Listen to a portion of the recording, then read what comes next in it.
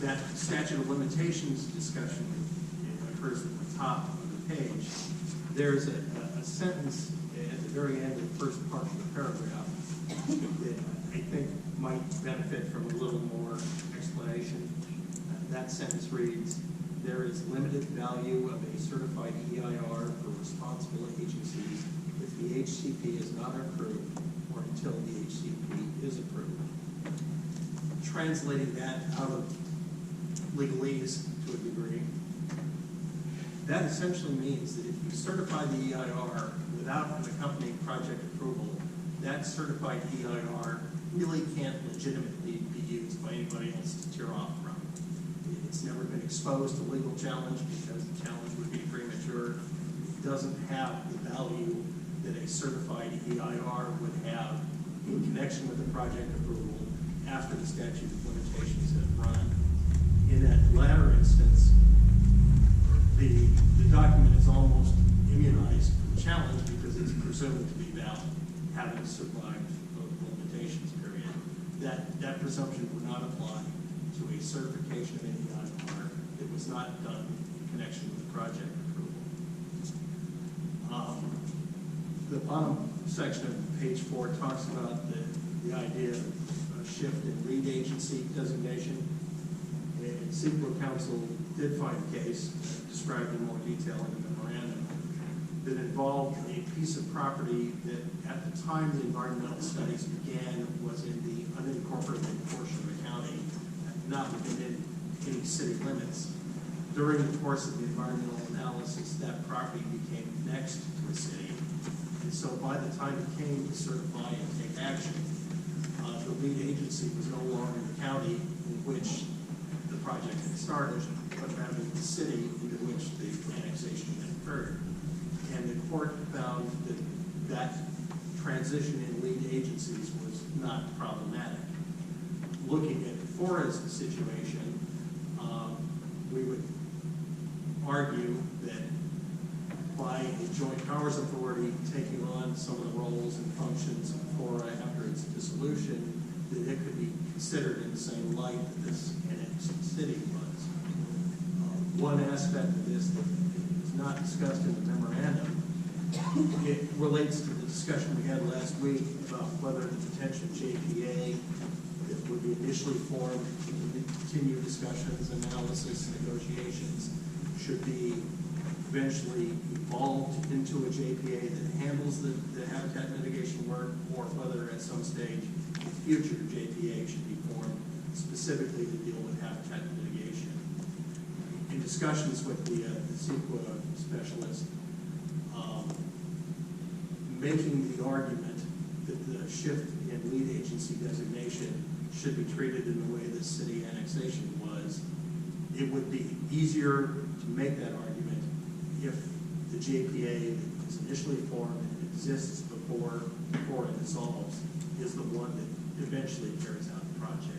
And that would be one reason why, unknown to us last week, the idea of creating a new body that did not exist at the time of FORA's dissolution would be less advantageous.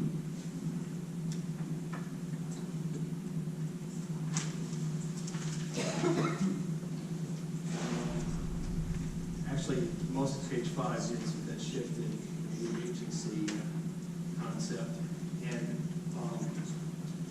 we are probably ready to move on to Kendall's discussion and table, unless any of you have questions specifically relating to the input received from the CEQA specialist. So at that last point, to Wendy Sternling's point last week, she called it a waterfall agreement, that you form the JPA, that's then it's still this identical JPA that if we decided to do the habitat conservation plan or some other habitat responsibility is advisable under this case law. Understood. The question that I have is, in the structure of that JPA that we need to get established for this new JPA to become the lead agency, how detailed is the responsibility in that agreement at formation to fulfill that function. In other words, can we just have in our intention of the agreement that we're going to develop a habitat conservation plan, and at that point we decide who's the voting members, what's the responsibility financially, or do we have to have who are the voting members, what is the financial responsibility on day one? That's a critical question, I think, to almost everybody in this room.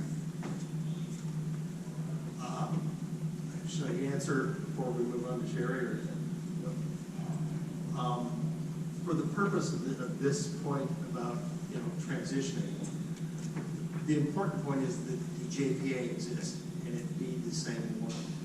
And I've been trying to avoid using the dirty word, but essentially you have to argue that the JPA is a successor to FORA in order to make this really agency designation.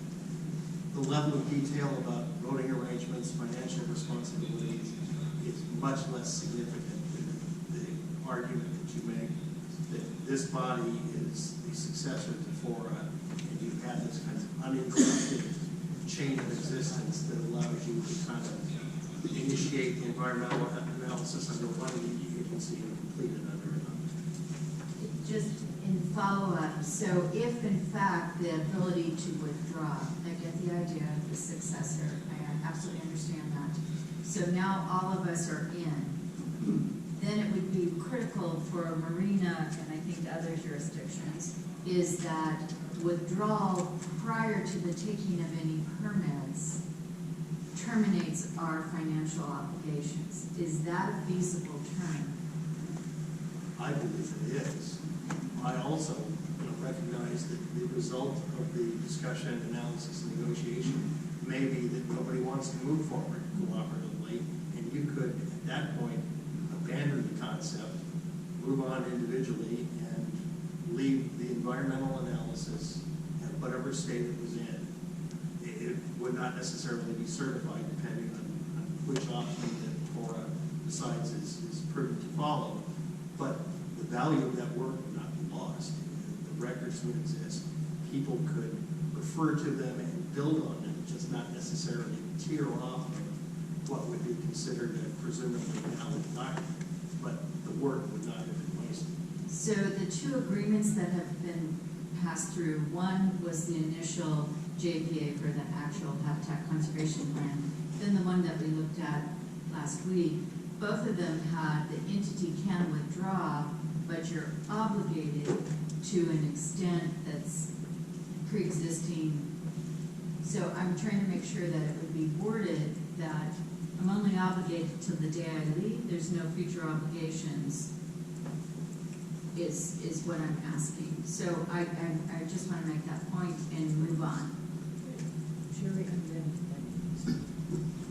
So one of the legal concepts I think is missing out of here is the concept that was referenced very briefly on tiering. And I think that's a really important concept in light of option 2 and option 3, and actually the issue, what it takes to complete the EIR and the incremental cost to tier off of something that has by this analysis, has a very low legal risk of being challenged, because if FORA pursued, let's say, option 2 or option 3 and certified an EIR document, then that certified EIR document could be handed off to the JPA, and you would have a arguable lower cost to create a tiered environmental document, either a subsequent document or an addendum document. And it seems like that, and some of that analysis and basic information is missing out of here, because I think then you have a document that if the JPA went and broke away, you would have something that the underlying jurisdictions could then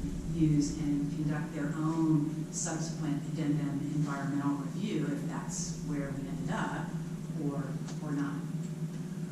I think that the point I was trying to tease out that isn't very explicit in this memorandum is that if there is a certification and there is no accompanying project approval, tiering doesn't really work in the way that it ordinarily would. If you had a fully certified EIR with an associated project approval, that EIR is presumed to be valid and is much more difficult to challenge. In this case, the certification almost doesn't mean what you think certification means. You end up with a document that somebody else can reference, but it is fully within the challenge. But, well, no, I understand that. It does shift, but my understanding of how environmental review works, and I've done it a number of times, and, you know, we have Denise Duffy over there, who I know are experts in doing the tiered type documents, is when I, as a jurisdiction, tier off somebody else's certified document, I have to make, not only do the subsequent environmental review that I need to support the project that I now want to do. So let's say I don't want a full HCP, I just want a city-centric take permit from the state, or I just want something a little bit different. I craft that project description, and so long as it's less than the project description that was originally described in the certified EIR, I do my subsequent environmental review, I make my subsequent findings about are there any changed circumstances, I make those CEQA findings. So no question, I, as the jurisdiction approving a new project, take that risk. Challenge, but that would be the case if I just became a subsequent lead agency with an uncertified document. I would be then stuck doing a great deal more work to get that document in a form that I could rely on for a subsequent project. Did I get it right over there?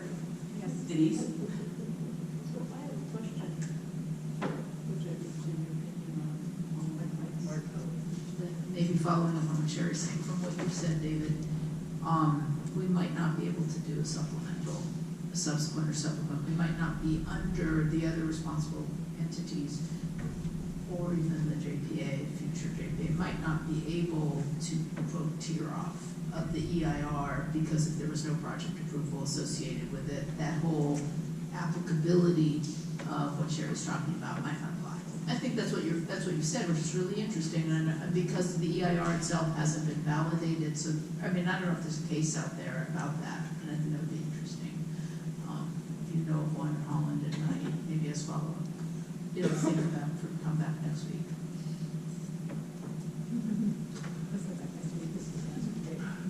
Thank you, Chair. Two quick points. One, I'd love to get through Kendall's presentation if we can before we run out the clock on the meeting. And second, to the question about the EIR, if we certify the EIR, we can't tear off it, if I understand you correctly, until a project is approved, whatever that project is. You know, this is one of the dangers of oversimplification. I probably should not have said you can't tear off of it. I should have said that if you do tear off of it, you don't start from the base of the presumptively valid EIR. That the whole thing is subject to challenge. It's as if you were starting from scratch.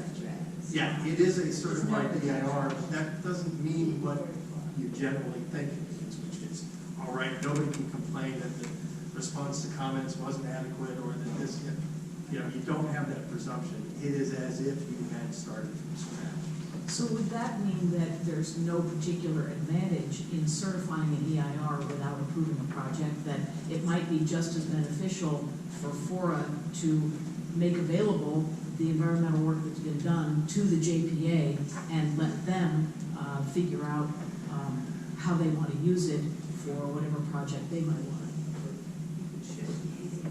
Right. Sounds like you could shift the lead agency status. I mean, there's a legitimate basis to do that.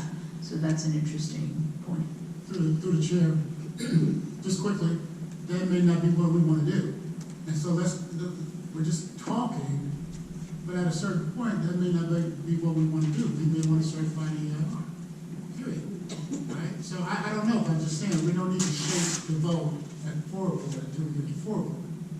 But what do you guys want to do as each land use jurisdiction? I want to hear, not, you know, just question the lawyer. The lawyer's going to tell us his honest answers about what you could do, but it comes up to us about what is the best benefit for us. Right? And that's what I'm trying to hear, is what is the best benefit? And then legally use those documents, but don't preclude ourselves right here, because it doesn't take us as far as other people want us to go, or it stops us from where people don't want us to go. If I might try to summarize very briefly, certifying DEIR without certifying an associated project is a relatively low litigation risk, but it may also be of relatively little value. Yeah, let's have, Ken.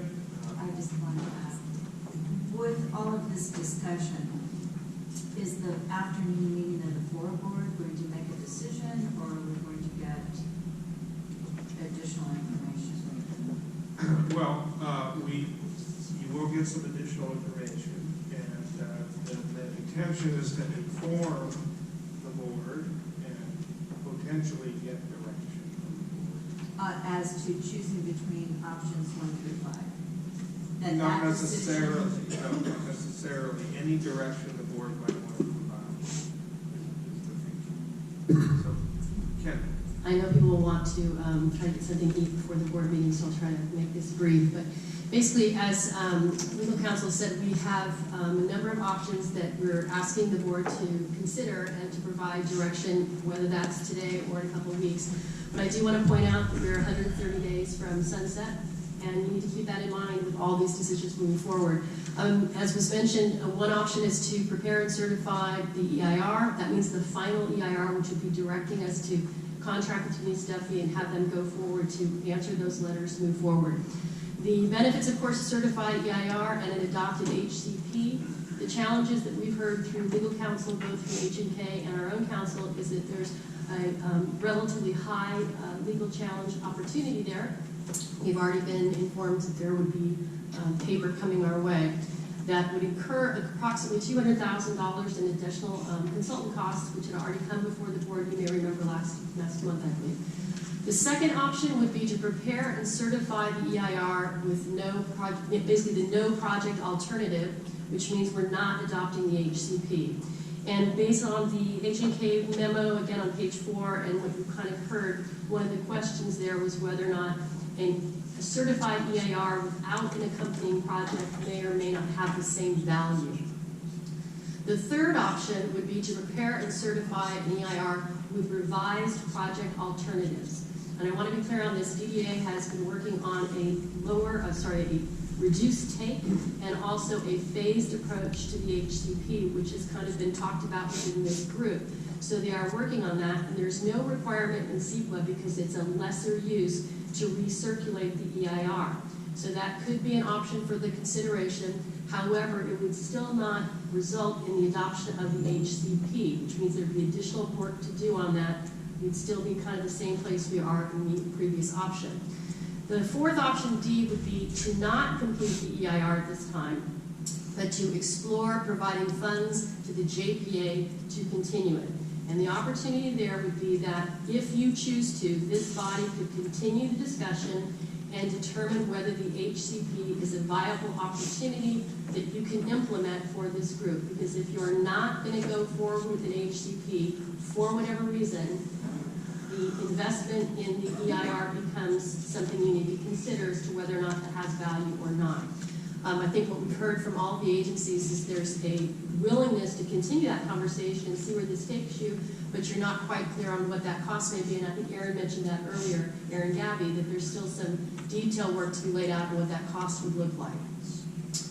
And then finally, you could just shift the entire thing to the JPA, which of course would be the ability to align the HCP with the environmental documents so that when and if the JPA decides to certify the EIR, it would match the habitat conservation plan that had been developed and negotiated by this group. And I want to be clear on that. That's not something that's going to happen in 2 months or 3 months. That would be a longer process. It would be a process that would be done without FORA, but through the Joint Powers Authority. And to Gail's point, you could set up the agreement where it's, it's when you talk about the waterfall, where you could start with the negotiations about can you get there with the HCP, and if you determine you can, then you can take that next step to move up. And I know today in Aaron's presentation, there may even be an opportunity to work cooperatively on your HMP.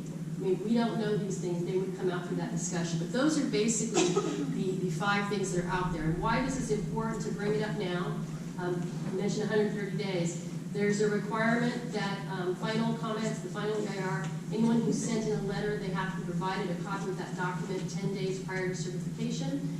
And despite the fact there's no SQL requirement to recirculate, I think everyone in this room understands that introducing new alternatives in an environmental document, people are going to want to see those.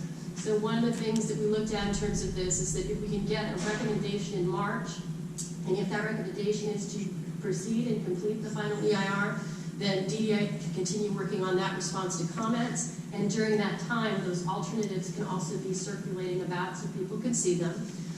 We would be publishing the final EIR in May, and then the board would certify in June. So if you're going to move forward with certification, we strongly believe as staff that you need to make that decision sooner rather than later. And if you're going to push it to the JPA, likewise, you'll need to make that decision soon, because we need to allocate, or have the Finance Committee allocate funds, because the EIR revisions and or HCP revisions will not be inexpensive. There will be costs associated with that. So that's basically where we're at. We're going to make the same presentation this afternoon with the board and take comments and questions on that as well. But those are the options that are being presented for consideration this afternoon.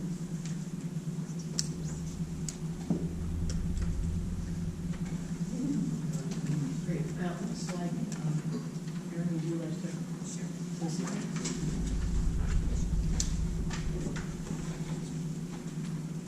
It's freezing. I really greatly appreciate the attorney's work and all the hard work going into the legal risk analysis, but I really agree with Director Oglesby that maybe we should be thinking the opposite way of what our future actions might look like and work backwards from there. If the JPA dissolves and you all do your HMPs or you all do your individual permits, how useful is that EIR? And then comparing that to the benefits, the list or the risk analysis would be challenged on that, and what a certified EIR will help you with. I just think we're limited right now. What I didn't see in that memo, what I really want to hear from the attorney is, well, what if we do this phased and reduce take analysis, circulate that? What if FORA approves that alternative? What benefit does that have to you later if you do something different? And what happens when it's challenged? And I don't know if you guys all got through that memo, but we're in a unique situation where our lead agency is dissolving. And even the attorney said this is really hard to figure out. No one's really been in this situation. And so I also really appreciated the lead agency transfer discussion. And going with that, I know the successor agency to FORA is a hard phrase to swallow, but maybe it's beneficial to us later. So I just wanted to throw those thoughts out there. Good. Questions that can't wait until the meeting's over? I'm not going to be at the meeting, so may I ask my questions?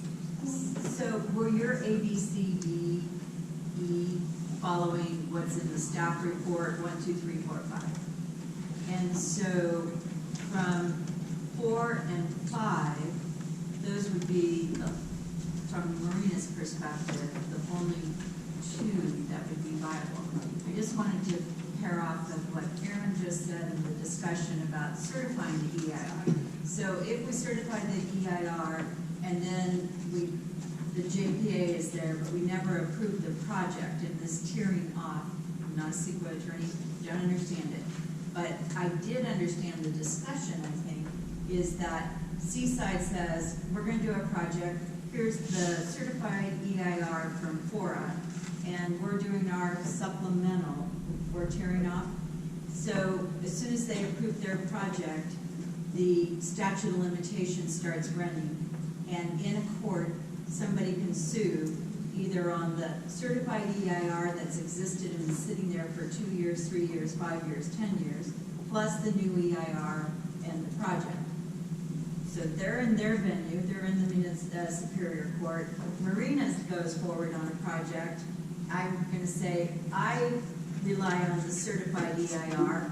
I rely on the new EIR that Marina does, and my project, that's a different plaintiff Now the certified EIR is being challenged again in a different lawsuit against Marina. Now the county does it. So in theory, you can have 3 different lawsuits, 3 different years, 3 different perspectives, 3 different outcomes, all on a certified EIR. What I'm trying to say is, what is the usefulness?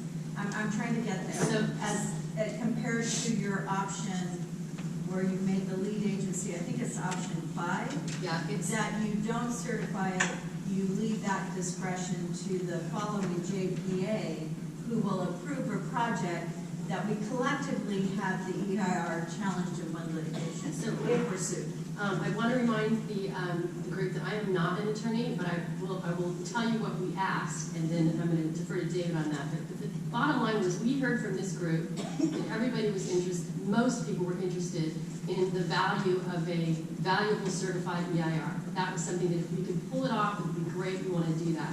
We also heard, though, that we did not want to have significant exposure to litigation.